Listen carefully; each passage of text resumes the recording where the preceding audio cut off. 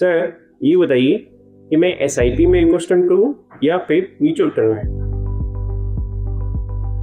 अक्सर लोग मुझसे पूछते हैं कि अलंकार जी, एसआईपी में इन्वेस्टमेंट करना सही है या म्यूचुअल फंड में? तो दोस्तों, हम इन्वेस्ट म्यूचुअल फंड में ही करते हैं, और एसआईपी या लमसम मोड में। एसआईपी मोड का मतलब है कि हर महीने की निश्चित तारीख को एक निश्चित अमाउंट आपके बैंक अकाउंट से निकल जाएगा और आपके म्यूचुअल फंड अकाउंट में क्रेडिट हो जाएगा। लमसम मतलब यदि आप एक मुश्त इन्वेस्टमेंट करना चाहते हैं। अब प्रश्न उठता है कि एसआईपी बेटर है या लमसम? इसका एक लाइन में जवाब नहीं है। ये डिपेंड करता है कि आपके पास पैसा कैसे आया है।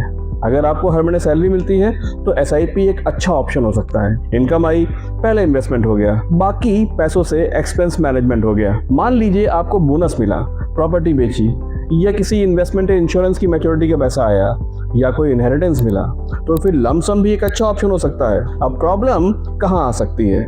टाइमिंग में।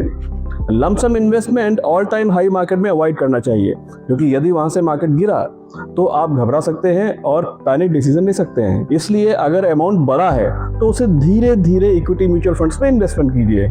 देखिए, एसआईपी और लमसम में कंपटीशन नहीं है, दोनों के काम अलग अलग हैं। एसआईपी डिसिप्लिन सिखाता है और लमसम अपॉर्चुनिटी कैप्चर करता है। सबसे इंपॉर्टेंट बात, इन्वेस्टमेंट का सक्सेसफुल होना एसआईपी या लमसम पे कम बल्कि आपके एसेट एलोकेशन और पेशेंस पे ज्यादा डिपेंड करता है, क्योंकि यदि एसेट एलोकेशन नहीं सही है तो एसआईपी लॉस दे सकता है, और सही एसेट एलोकेशन में लमसम भी वेल्थ क्रिएट कर सकता है। इसलिए सवाल ये नहीं होना चाहिए कि एसआईपी या लमसम, सवाल ये होना चाहिए कि मेरे फाइनेंशियल गोल्स, रिस्क और सिचुएशन के हिसाब से बेटर क्या है। वैसे अगर आपको 10 लाख आज मिले तो क्या एसआईपी में इन्वेस्टमेंट करेंगे कि लमसम में?